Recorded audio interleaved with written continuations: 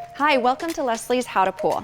Today we're going to show you how to calculate the volume of your pool so you know how many gallons of water it holds. There are some good reasons why you should know your pool volume. It helps in order to add the right amount of chemicals when balancing and sanitizing, because too much can be harmful to your pool and equipment and be uncomfortable for swimmers. Not adding enough chemicals for your pool size can lead to increased germs and algae growth, which can be costly to fix.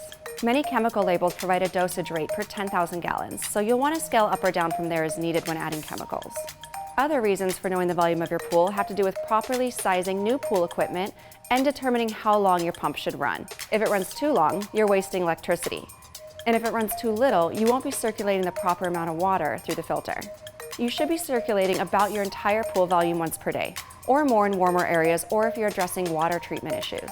So, when it comes to figuring out the volume of your pool, you might be lucky enough to still have the paperwork from your pool builder or manufacturer, where it often lists the gallon capacity. If not, then we're going to show you how to calculate it with some simple measurements and a little math. You'll need a tape measure, pencil and paper, and of course, a calculator always helps.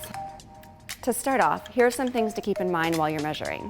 When dealing with a rectangle pool, the length of your pool is the longest stretch from end to end, and the width is the shorter length going side to side.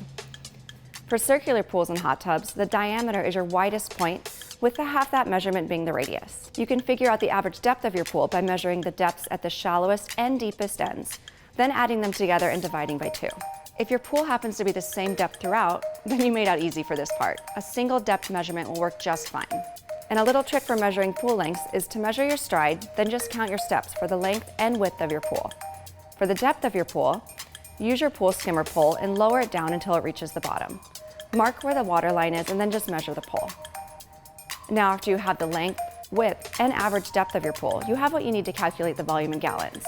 Different shaped pools have different calculations, so you'll likely only need one of the following equations to determine your pool capacity. For rectangular or square pools, you multiply the length by width by average depth by 7.5 to get your approximate volume. So for example, if your pool is 28 feet long, 14 feet wide, and has an average depth of 5.5 feet, you'll multiply 28 times 14 times 5.5 times 7.5, which gives you an approximate pool volume of 16,000 gallons. For circular pools and hot tubs, you multiply pi, which is 3.14, times the radius again, times your average depth, by 7.5. If your pool's oval, you'll multiply pi, which again is 3.14, times the length, by the width of your pool, times 0.25, times your average depth. Then you multiply that by 7.5, and that'll give you your approximate volume in gallons. If you have a kidney-shaped pool, you'll want to get the measurements of your 2 widest points. Mark one with A and the other with B.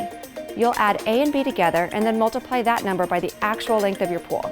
Once you have that, multiply it by 0.45, then multiply it by your average depth, and lastly, by 7.5. And that'll be your volume for a kidney-shaped pool.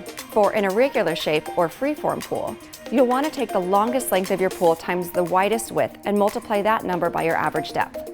Then take that and multiply it by 5.9 to calculate your approximate volume in gallons. And there you have it. Hopefully this makes it a little easier for you to figure out the total volume of your pool, so you can better manage all its needs. After all, we want to help you spend less time maintaining your pool and more time enjoying it. Don't forget to hit the like button if you enjoyed this video.